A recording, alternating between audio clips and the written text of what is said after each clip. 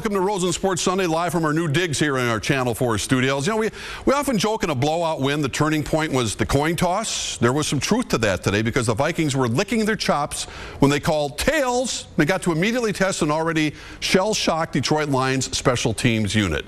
Hope you weren't in the kitchen when this happened. This would be the only time the Lions would kick it deep to Percy Harvin, which, as it turned out, was one time too many. The Vikings knew how poorly Detroit special teams have been, and this was an absolute clinic in maintaining your blocks and allowing Harvin to run 105 yards with the greatest of ease. Yes, longest play in Viking history. Harvin's had returns of 95, 101, 103, 104, and now 105 in his short history of the Vikings. And Minnesota was on its way to that 20-13 win. And here's what Percy Harvin had to say. It was a perfect start. Like I said, it was kind of similar to last year, the opening play of the game. It got us some momentum. We got up on them, but this time we was able to finish and close them off. Coach all week said last week's win would mean nothing if we came out here and lost.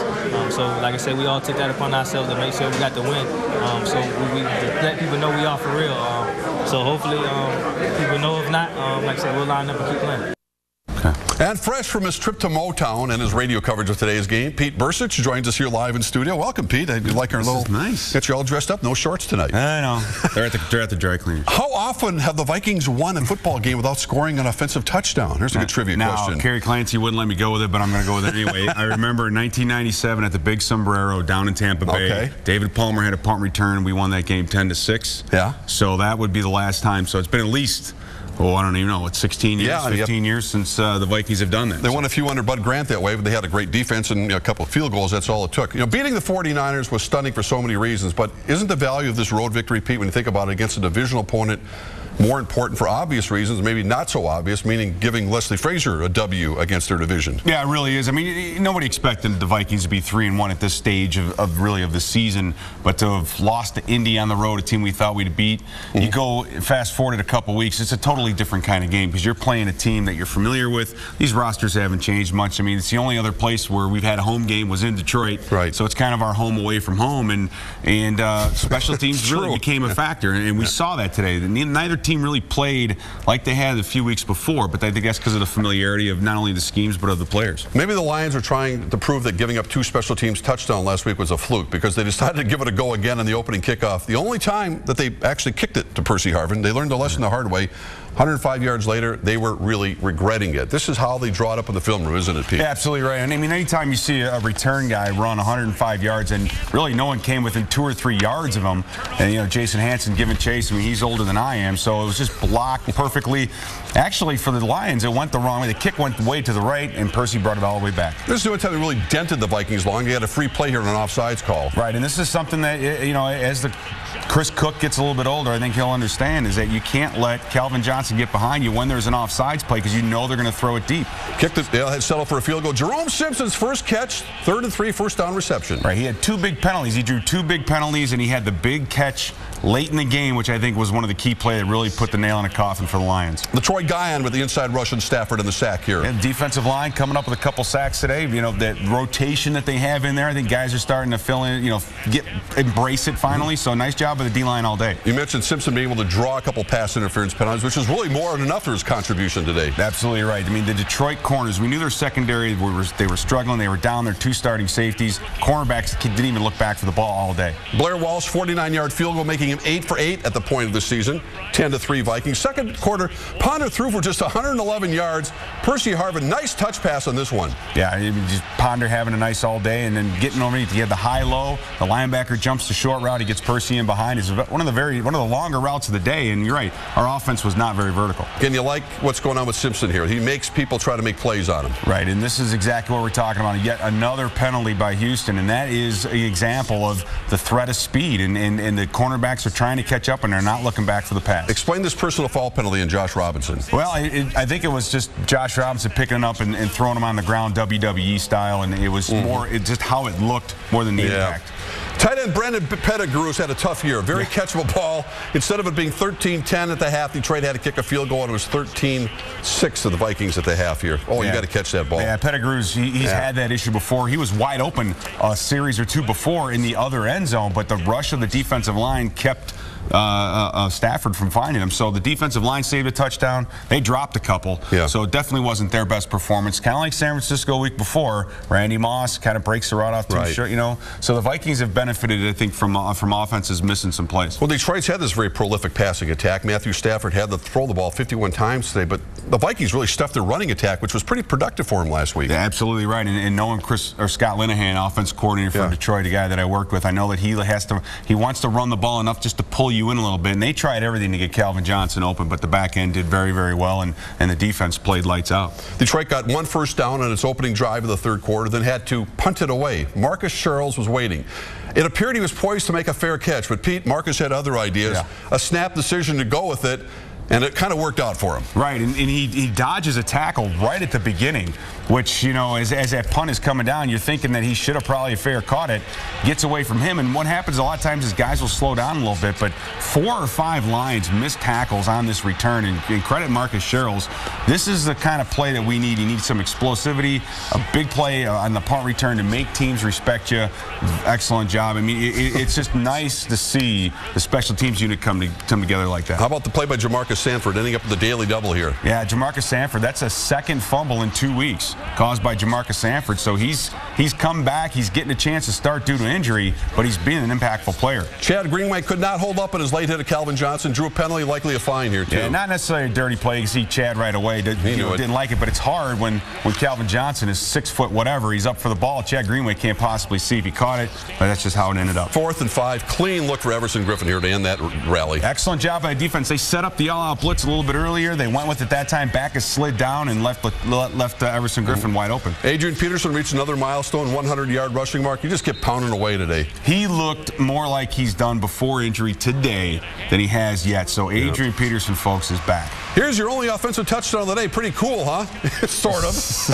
Yeah, and I know they rewound it and looked at it again, but from an offensive standpoint, today was not the kind of game. It wasn't your fantasy style of game today. More from special teams. Punter Chris Kluwe. First of all, there's a look at the catch by Simpson there, which really was a big play. Yeah, that was huge because the Detroit Lions had pulled the safeties up to 9 yards. I mean, they were really, really trying to press it, and that's what you had, the one-on-one. Yeah, here's the punt by Kluwe. This is pitting your team, your opponent down on their own end here. Right, and what a great day for Mike Prefer, the special teams coach for the Vikings. His dad, Chuck, was the special teams coach for the Detroit Lions back when I played for many, many years. So for him to go to Detroit and have his unit play so well, it had to have been happy, proud of him. Yeah, Stafford had little to work with here. The Vikings had him covered deep. That was ruled that he was down, so they kept the ball.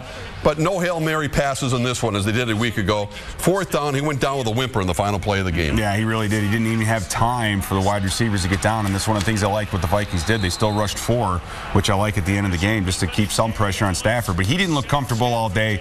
The defensive line of the Vikings, they sacked him a couple times, but the pressure they put on him did not allow Stafford to be comfortable at all. There's your final score. The Vikings go to 3-1, 20-13. Let's hear from the players in Detroit after today's game. You got to prove that if you want to make improvements and make strides, you got to come back and say, okay, we can win on the road against a good team in their environment. I mean, you know, it was a pretty hostile environment today, and just going to give us confidence. Every step we can make is going to give us confidence. But to come on the road, a division game, we haven't won a division for a while, and to play the way we played and control the game. I felt we controlled the game the entire game. I mean, this was a huge team win. I mean, I can't remember last time we had a punt return for the touchdown, so that was dope. Before we even came to the point at 3-1, people doubted us. So now, you know, you might hear this and hear that. It doesn't matter. You know, we got to focus on our locker room and what we can do to continue on this path. Yeah, they're continuing on a path. Adrian Peterson feeling better all the time. And Pete, we have a couple of questions from our people who tweet me, as they like to say. Really? They tweet, yes. Mark Josephson was asking, well, what can the offense do to get more consistent in the passing game? Again, the Vikings did not score an offensive touchdown. A lot of things that worked against San Francisco were not working today. Yeah, right. And I think Jerome Simpson's going to work in there. We finally got a ball to John Carlson. But you have to keep in mind, when you're up by multiple touchdowns like we were, you're going to get a little conservative in your play calling. And that's where the running game took over a little bit. So I think It was really the red zone that was the issue. They stopped giving the ball to Adrian Peterson once we got inside the 20, at least early. And so you can always second guess what they did, but it was the red zone was the issue. I think the offense moved the ball well. I think some of it had to do with the score, but nothing really to worry about. Get a little red zone practice. And very quickly, conversely, Keith Fraser wanted to know that the Vikings go to their mini prevent defense too soon in the fourth quarter. They allowed a lot of stuff underneath. Yeah, they did, and that's exactly what they wanted to do. They wanted to force Detroit to make those plays and have to move the ball, use up all that clock. I mean, that was textbook Tampa 2. A lot of people don't like it. I'm not. I mean, it's just not my cup of tea. But that's exactly how that defense works. There was nothing down the field. You had to throw the checkdowns. It's all they had, and they eventually ran out of time. So they executed it flawlessly. It makes you a little nervous at the end of games as coaches and fans and everyone sits there. But that's half the fun of the NFL. Yeah, that's right. Ask the Saints and the Packers.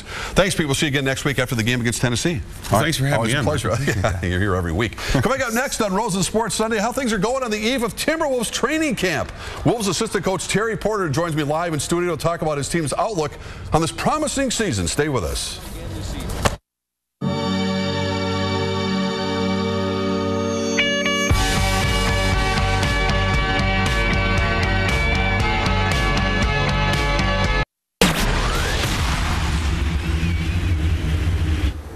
And welcome back to Rosen Sports Sunday. The Timberwolves opened training camp on Tuesday in Mankato with a healthy dose of optimism and a whole bunch of new players on the roster. We're pleased to have in studio current assistant coach with the Timberwolves, Terry Porter. Truthfully, one of my favorite players I've had a chance to cover over the years during his time here from 1995 to 1998, I think it was. No lockout this year, Terry. How anxious are you, along with head coach Rick Adelman, to get in the gym with your team this week?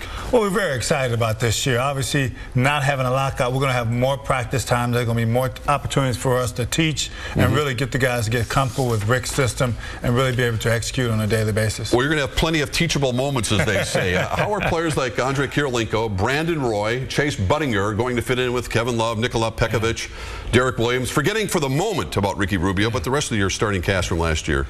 Well, those three guys you mentioned, obviously Budinger, Kirilenko, and Brandon Roy. Those guys are experienced guys in this league. Obviously, Budinger, Chase came from a system very similar to the one we ran when he was in Houston with Rick. So Rick feels very comfortable with him. And then Kirilenko did a lot of backdoor cutting and things of that nature. And then Brandon is a special player who can close out games for you. You played 17 years in the NBA with 4 different teams, obviously different coaches and philosophies. You got to the NBA Finals twice. I think you spent your first decade in Portland. Do you feel you came in the league with a chip on your shoulder playing at the Division III school like Wisconsin, Stevens Point? Because you had a long run, my friend, in the NBA. Yeah, I was truly blessed to have a long run. But yeah, when you come from a small school and you get a chance to go in the NBA, you always got to prove, you got to have that chip on your shoulder.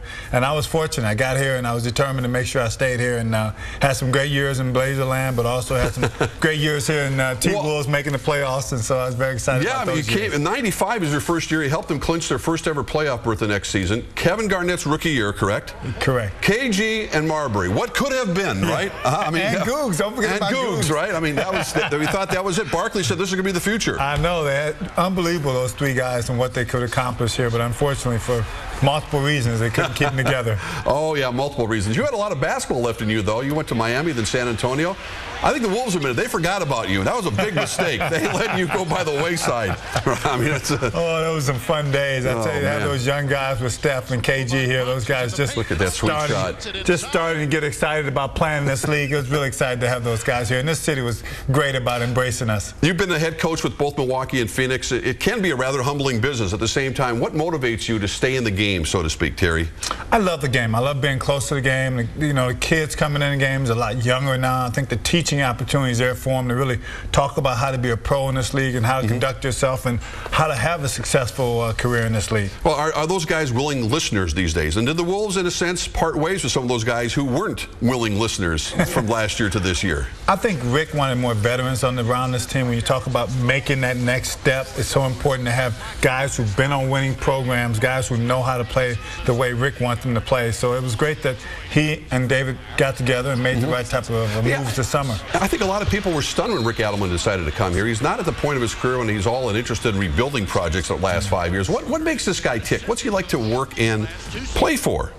Well, I've been blessed. I played with him as a player, and then I was part of this coaching staff. I think he just loves to be around the game, and he loves to win. And he gets a lot of excitement about being around guys today who wants to get better, who wants to improve their game, and so it's special.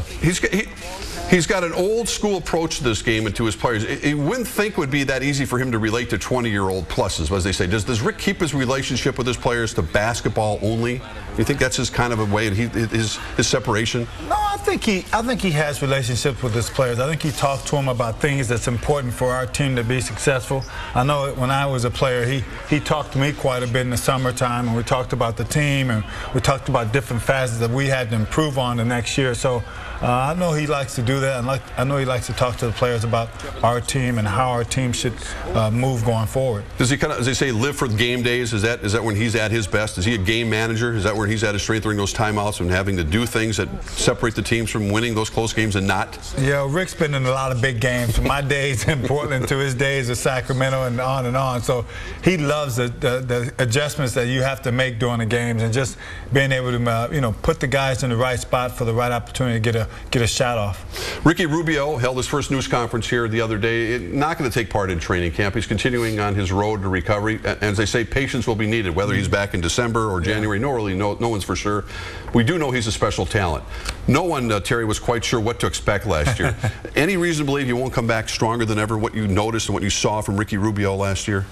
Well, I think the most important thing when you talk about Ricky Rubio, you talk about like Andrew and Peterson, AP, talk about guys who are so committed about being great. He is the guy who's committed to being great. He's going to put in all the work he has to get his body back in shape for it can be ready for when he steps on the floor. He's going to be able to continue to contribute the way he did last year. And then we all seen what he did last year before he went down. He can be a very there was the injury right there. Yes. And we see, Derrick Rose did the same thing in the playoffs. He's out. He had surgery in May, so he's behind the curve right now.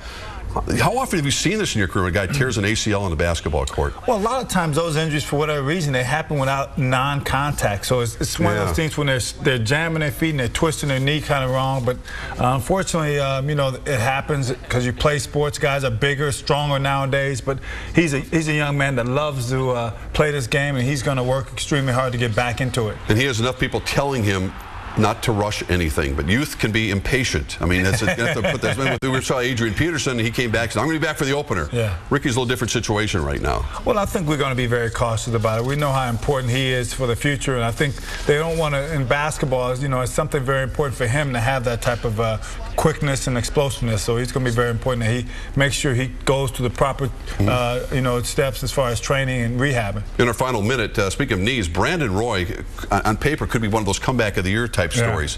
You had a chance to watch him in the gym. How's he doing? He's doing great. I mean, he's coming in. He's really active, and he's done the things that we've seen Brandon do in the past. His ability to hit the wide open shot. I think that's even gotten better with his years in this league, and his ability to still get to the basket. So it's going to be important that he continues to do those things, and it's going to be interesting to see how he fits in with everybody. But we're very excited to have him and know what he can bring to this team and what important piece he is for us at end of games. Oh yeah, you got Kevin Love, by the way, too. Yeah, him too. Yeah, that guy we got Olympics. And he talked about how great the defense was in the fourth quarter last year. That's how teams win championships, as we saw with the Miami Heat. You shut people down in the fourth quarter. That's something that we got to obviously continue to get better with. I mean, obviously having Peck back this year, having some more new additions. Slim down Peck. Yeah, slim down Peck. So it's going to be very important in our defense, especially in the fourth quarter, continue what it did last year as far as being able to lock teams down and really give us chances to win those games. So you get the media day tomorrow, and then practice starts Tuesday in Glenn Taylor's hometown of Mankato, and that's where you guys will be for a few days. And no lockout. We know you're going to have basketball this year. Love to have basketball for a full 82 games, so we're very excited about that. Terry, always good to see you. Great to see you. Terry Porter, assistant coach of the Minnesota Timberwolves. Still to come on Sports Sunday, the defending WNBA champion Lynx look to close out the storm on the road in Seattle. They went to double overtime. We'll tell you what happened. Stay with us.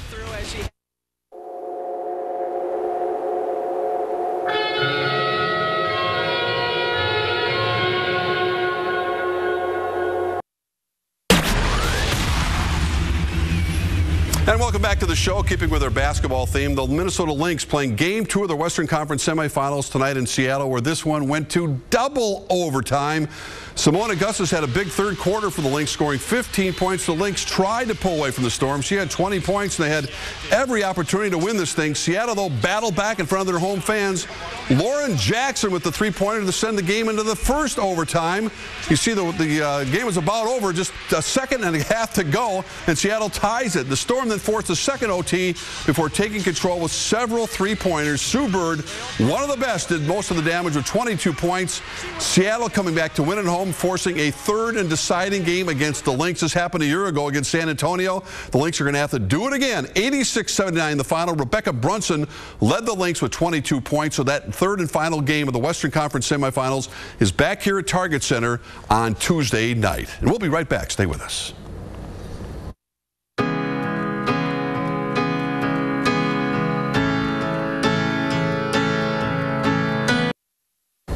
So as we wrap up this Sunday night, the Vikings, at least for now, with sole possession of first place in the NFC North with that 3-1 record. The Chicago Bears play in Dallas tomorrow night. If the Bears win, they would be tied with the Minnesota Vikings. Dallas would be a slight favorite in that game. Of course, we'll be back again next week following the Vikings home game against the Tennessee Titans that you can see right here on Channel 4. Game time around 3:25, along with our pregame show on Sunday morning at 10:30 from the Dome, with a great chance, as they say now, to go 4-1. Until then, we'll see you again. Good night, everyone.